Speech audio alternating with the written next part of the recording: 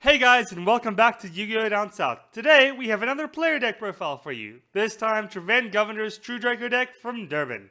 Now, Treven is one of Durban's best players, so let's see what he has up his sleeve. Starting out, we've got two Masterpiece, one Ignis, three Maiden, and three Rocky Boy. Can you smell what the Rock is cooking? Because I certainly can. It's a ban list. And that rounds it up for the monster lineup, which is pretty standard for a True Draco deck. Moving on to the spells, we've got our standard draw spells of 2 Desires, 3 Demise, and 3 Duality, as well as 3 Terraforming and 3 Draconic Diagram for the field spell engine. Rounding off the spells, we've got our 6 True Draco spells, 3 True Draco Heritage, and 3 Disciples of the True Draco Phoenix.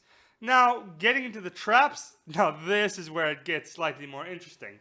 Starting off, we've got our pretty standard 4 of True Draco traps where we have 1 True King's Return and 3 True Draco Apocalypse. But when you get to the Floodgates, that's where it gets interesting. Starting off, Treven is playing 2 The Monarch's Erupt. Now, what is the Monarch's Erupt? The Monarch's Erupt is basically just a 2nd, 3rd, and 4th skill drain for Tribute Summon decks. If you control the Tribute Summon monster, no other effects except Tribute Summon effects go off. And if you don't control a Tribute Summon monster, the card dies. So that kind of sucks. But most of the cards you'll be controlling here are Tribute Summon monsters. Because, you know, it's a True Draco deck. You've just got to be a little wary of that Rocky Boy sometimes. But otherwise, you're good to go. And then we've got the spice that is anti-Durban, 2 anti-spell fragrance, and 1 Imperial Order.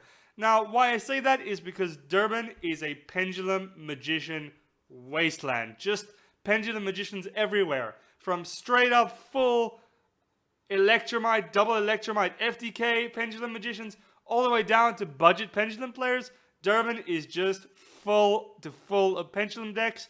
And that's why double Anti-Spell Fragrance and Imperial Order probably make the main deck cut here. It's interesting to note that there's no real point in playing a 3rd Anti-Spell because Imperial Order basically does that job. And of course, with a 2 of versus a 3 of, you want to see sometimes, but not all the time.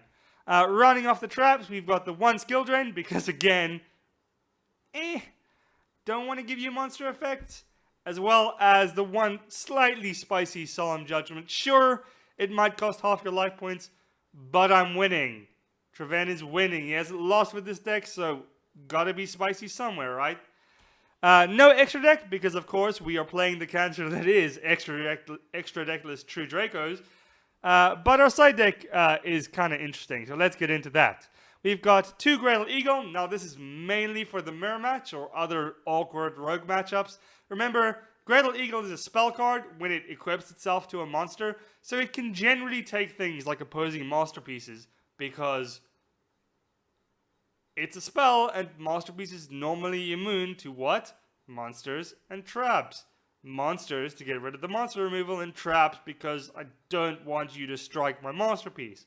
So the Greater Eagles work there to just get rid of these really annoying, awkward threats. Then we've got 2 Ash Blossom. Again, 2 versus 3 is probably because it's a Durban meta, and for the most part, Ash Blossom is terrible against Pendulum decks. So rather play the 2 and max out on the Ghost Ogres instead, because that might bring you a little bit better luck there. And then, like I said, he's running the 3 Ghost Ogre because Ghost Ogre is just pretty good as a hand trap against Rogue these days in general. Moving on to the spells for the side deck, we've got the 1 Raigeki as a board wipe. It's sad he's not playing it in the main deck for those fresh and spicy combo memes, if you know what I'm saying. Along with 2 Cosmic Cyclone again, potentially for the mirror match and just getting rid of awkward back row in general. And then, man oh man, once again we see 3 evenly matched, just straight up in the side.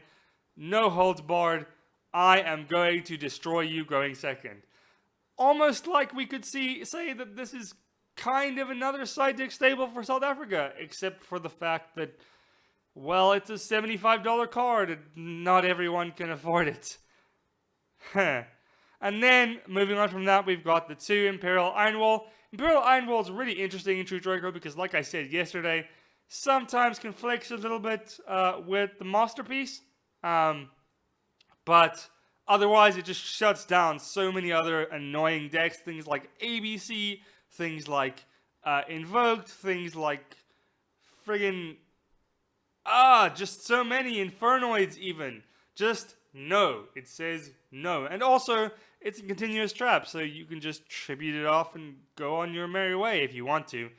So there you have it. That was Treven Govender's True Draco deck, the one to watch from Durban. What did you think about it? Leave a comment below. Subscribe to the channel if you haven't already. And please comment below on what kind of content you'd like me to do next. We've got a couple more deck profiles coming up over the next few days. But I'm going to start to get into some more theory concepts, so I'd really love to know what you think in the comment box below.